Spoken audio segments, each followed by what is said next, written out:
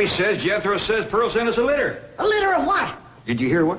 No, but I bet you it's kittens. Probably kittens. Pearl's always trying to give away kittens. Well, there y'all are. Where's the kittens, Jethro? What kittens? Didn't your ma send us some kittens? Just a minute. Nope, just a letter. Jethro, how could you think that kittens would... Well, come on, sit down. Let's hear what Pearl's got to say.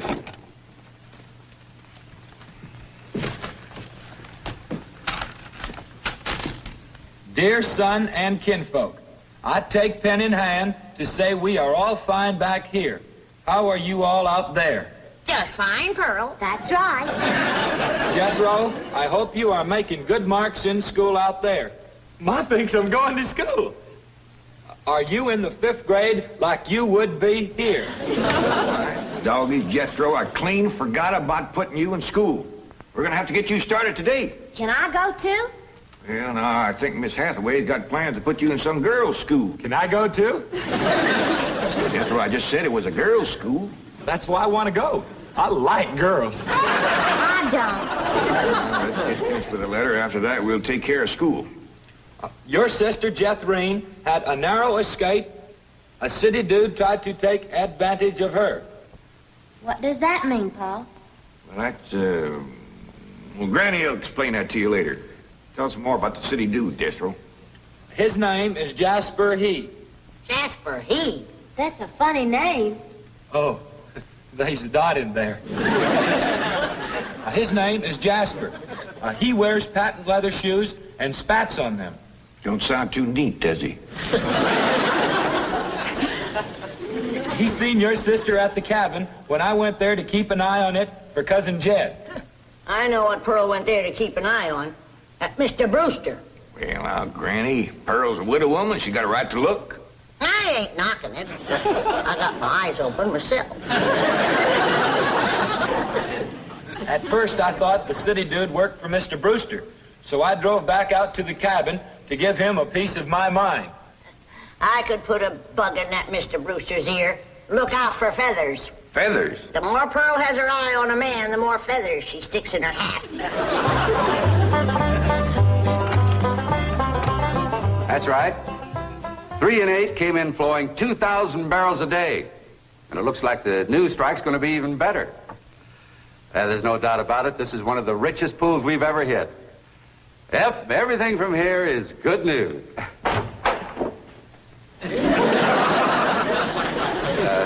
Well, not everything. I'll call you back. Mrs. Bodine, this is a pleasant surprise. Well, thank you. Although you might not think it's so pleasant when you hear what I have to say. Oh? One of them oil fellas working for you has made advances to my daughter. Made advances? Well, what would you call being picked up and carried off by brute force? Well, I'd call that making advances. What's his name? Jasper Depew. Jasper Depew. I ain't seen him myself, but from what Jethrine tells me, he's a pretty slick article. Well. Oh, Mr. Brewster, you don't know how hard it is for 2 girls living alone like Jethrine and me. You see, my son Jethro's in California with Cousin Jed, leaving us no man to protect us. I'm a widow woman, you know. I guess wherever you have 2 unattached girls living alone, there's bound to be trouble. Especially when the girls are the kind that men call lookers. Did you say his name is Depew? Jasper Depew. Calls himself Jazzbo. Oh, Jethrine says he's a flashy dresser and a fancy talker and drives a sporty car. Regular big city dude. I guess Jethrine's kind of like me when it comes to tall, handsome city fellas. I'm just putty in their hands. Nope, no one by that name working for OK Oil. You mind if I look? Oh, well, no, go right ahead. I'm bound and determined to find the rascal that trifled with the affections of my sweet, innocent, helpless baby girl. Ma! Jethrine, I thought I told you to stay in the buggy. I seen Jasper Depew coming. Here? Yes'm. Oh, well, thank goodness we got Mr. Brewster to protect us. Oh, there he is. Mr. Brewster throwed his arms around me and helped me in his strong embrace. What's an embrace, Paul? Well, that's when folks kind of twine their arms around one another. You mean like wrestling? It's sort of like wrestling, except they ain't mad. It's like wrestling for fun. Yeah, I reckon you could see that. Go on, Jethro. Then we heard a knock on the door, and we knowed it was Jasper He. Better look for that dot again. Oh, yeah. We knowed it was Jasper. He was there to get Jethrine. Her beauty had set his heart to burning with flamin' desire. What's flaming desire, Paul? Well, Granny will explain that to you later. Well, I'll try. But you're sure counting a heap on my memory.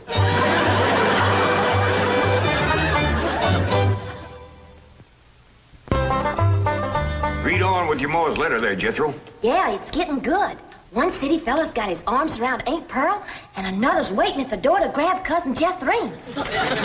My only thought was to save my daughter, so I tore loose from Mr. Brewster's embrace. I saw Jethrine heading for the door, so I quick throwed myself betwixt my child and danger. Sweet innocent Jethrine, not knowing better, let that rascal in. He went right to sweet-talking in a voice smoother than fresh churned butter. Hello again, you great, big, beautiful lump of sugar. I brought you something all the way from Eureka Springs. Genuine orchids growed in a hothouse. And this lovely young girl must be your sister. I'm her ma. No. Yeah. Well, for Jethrine's beautiful mother, a little gift of genuine French imported perfume all the way from Paris, France. Oh, well, you hadn't ordered. Oh, my goodness. Genuine Paris, France perfume. Look at that French writing on there. That says, "Ah, d'amour." That means, oh, love. Ain't he a sport, Ma? And for Jethrine's handsome father, a genuine cigarette case. Silver. Thank you, but I am not Jethrine's father. No, Mr. Brewster ain't my husband. He's just a friend. Well, any friend of Jethrine's beautiful mother is a friend of mine. It's from old Mexico and hammered out of solid silver by the Aztec Indians hundreds of years ago. Well, that brings up an interesting question. Why would the Aztecs make cigarette cases when they had no cigarettes? That is an interesting question. I'll have to ask some of my Aztec friends about that. Hey, Dog. Remember Ain't She Sweet? Well, I've read... Hey, what happened to your orchids? Nothing. I ate them already. You mean you ate all them expensive orchids? Ma, you should have spoke for one. They wasn't very filling. Ain't she sweet? From her head down to her feet. And that's a long way. But I ask you very confidentially, ain't that baby sweet?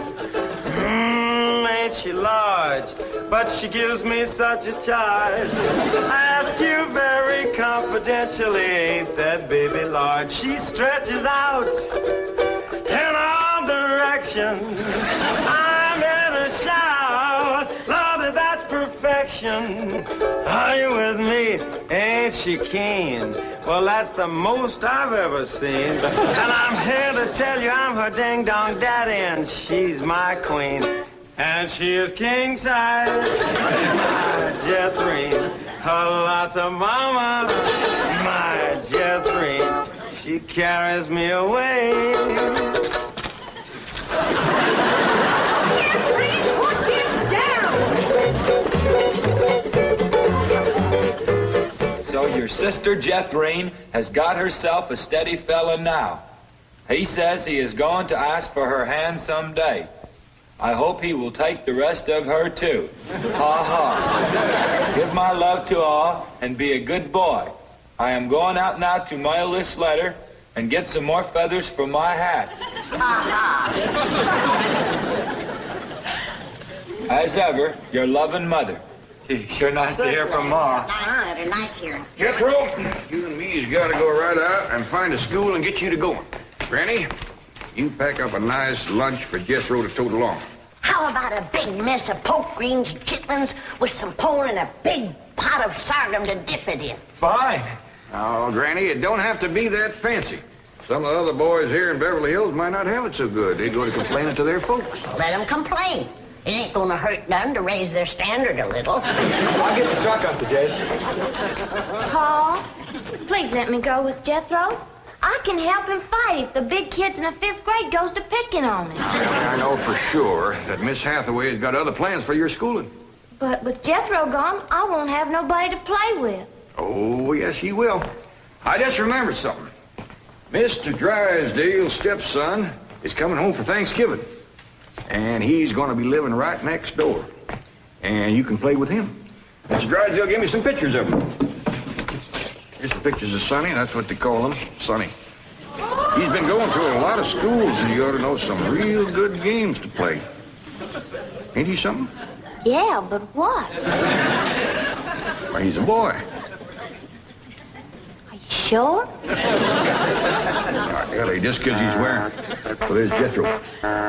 Now, you keep thinking about how much fun you're going to be having with him right next door. You know, he does kind of favor that movie actor, Rudolph Valentino. Here's Jethro's lunch. I didn't have time to fix much, but it'll hold him till he gets home from school. I got a real surprise in there. I've been saving it for a special day, and I reckon this is it.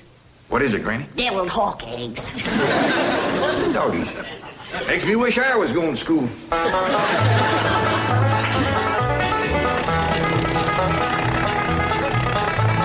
School, all right. Millicent, Schuyler-Potts. I reckon them 3 is the teachers. 3 teachers. Must be awful big school. I'll say. Well, let's go in there and get you started.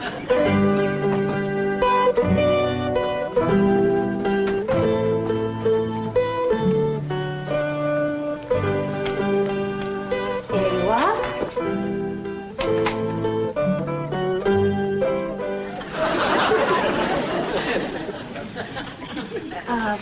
May I help you? Well, reckon maybe you can. Diana, someone has parked a most disreputable-looking vehicle outside my window. Perhaps it was these gentlemen. Oh?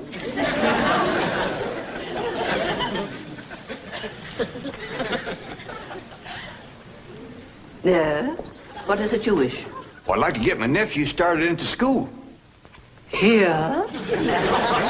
Here's all right if you got room for a desk and his lunch basket. My dear man, this is a most exclusive private school. The tuition is quite expensive. Well beyond your means, I'm sure. Does that mean it costs a lot of money? That is precisely what it means. Well, I can pay you if it ain't over $25 million. 25 million? Yes, ma'am, that's all I got.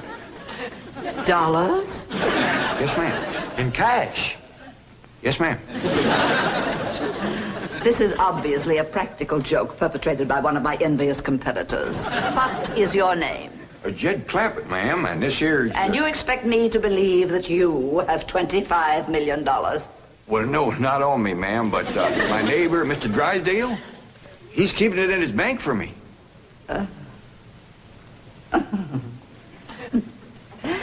Get me Milburn Drysdale at the Commerce Bank.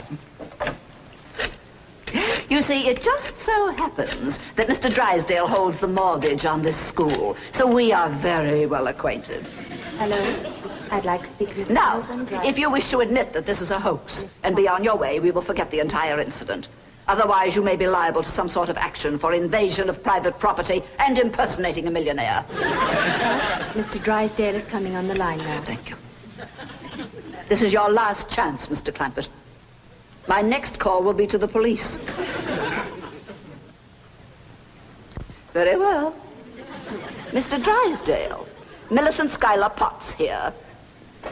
Come in, come in, come in, come in. Thank you, ma'am. Diana, tea for these gentlemen.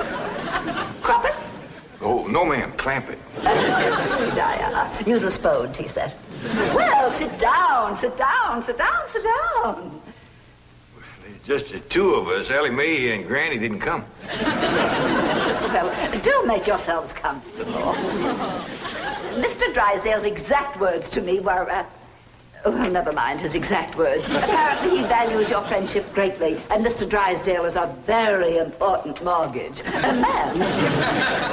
Now then, shall we talk about your youngster who's entering our 5th grade? What is his name? Jethro Bodine. Bodine? Jethro. No, ma'am. Jethro Bodine. We always put the last name first. Now, male, of course. Yes, ma'am. Just got a letter this morning. Date of birth? December the 4th. Year? No, ma'am. Back home. We only been here a few weeks. Perhaps you should answer the questions for our vital statistics. Now, we need to know the complete birth date, which in turn gives us the exact age. Now, we have December 4th, and judging from the fact that your nephew is entering the 5th grade, I would surmise that the year is, 51 or 52. Am I correct? Oh, Jethro ain't near that old. And in the 5th grade? Why, that's wonderful. Well, perhaps we have a budding genius on our hands. Archie! How poor. Oh, Diana, I'd like you to bring me one of our boys' uniforms to show these gentlemen. A 5th grade size. No, on second thought, you'd better make it 3rd grade. He's younger than average. Mrs. Clark. We require that all of our students wear identical uniforms. It makes for less friction that way. Otherwise, the boys of millionaires are apt to be taunted by the really rich. I bet you Jethro will look right good in a uniform. He can't wait to be a soldier. Oh, yes, many a young lad is like that. However, our uniforms do not reflect any militaristic design. No, rather, we strive for something gay, attractive, and smart. Ah, there you are. Charming, isn't it? Now, you take this home and have Jethro wear it when he comes to school in the morning.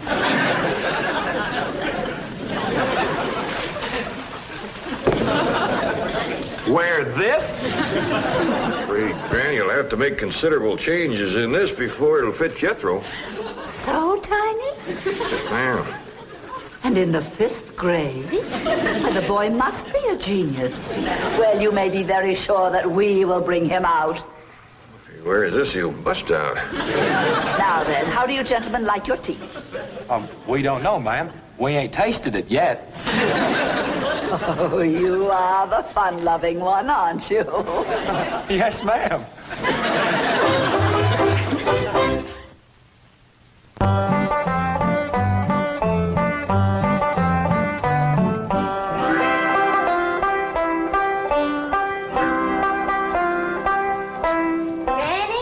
Here's Jethro's school clothes. You want me to help let him out? Oh, well, thank you, Elly, but let's see what has to be done. Maybe they fit him already. That's supposed to be a hat? I reckon so. What's that? Well, Jethro said it stands for Potts. Potts? That's the school he's going to. Pot school. Hell, he'll be learning a good trade. If there's something folks always needs, it's pots.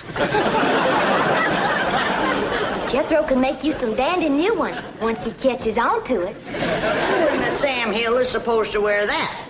Well, Jethro, I reckon. Jethro couldn't have wore that at 3. Paul said it'd take some letting out. Letting out? There ain't enough seams in the whole world to let that out. How's it going, Granny? Are you getting my uniform already? Jethro Bodine? No, Granny. Over to school, it's Bodine Jethro. Elly May, leave the room. Ain't you got no shame running around here in your underpants? Granny, these ain't underpants. They swimming trunks. You wrap that towel around you before I cut a switch. But, Granny, Miss Hathaway says... I don't care who says what. I'll be glad when your ma gets out here to take you in hand and to make you some school clothes. These things ain't never gonna fit. But, Granny, I gotta have these in the morning. It's a rule. All us kids over there's gotta wear these. And that coat, too. Yeah. I sure wish your ma was here with her sewing machine. Pearl's a whiz at making clothes. Now that you're going to be keeping company with Jazzbo Depew, you're going to need some nice clothes. I like the little fella, Ma. I'm glad, Jeffrey. But you gotta stop picking him up all the time.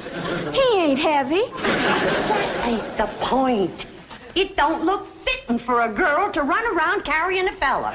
All right. I won't pick him up anymore till we get married. Why would you pick him up then? To carry him over the threshold. You ain't supposed to carry him. He's supposed to carry... No, that's ridiculous. I declare, I don't know how I'm going to keep you in clothes the way you're shooting up. I start a new outfit, and by the time I get it stitched together, you've outgrown it. My new shoes is already too tight for my feet. Oh, them feet. If they get any bigger, you're going to have to go outside to turn around. My feet ain't as big as Jethro's. Well, of course not. He's a boy. Just think, your brother Jethro's going to school in Beverly Hills, California. Yeah. I'm homesick for to see him, Ma. Me too, Jethro. I'll bet your rich Uncle Jed has Jethro duded up like one of them actors in movie pictures.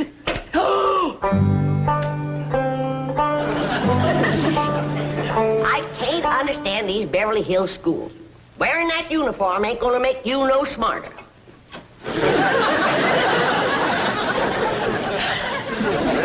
Miss Potts said I had to wear it this morning, and she's the boss teacher.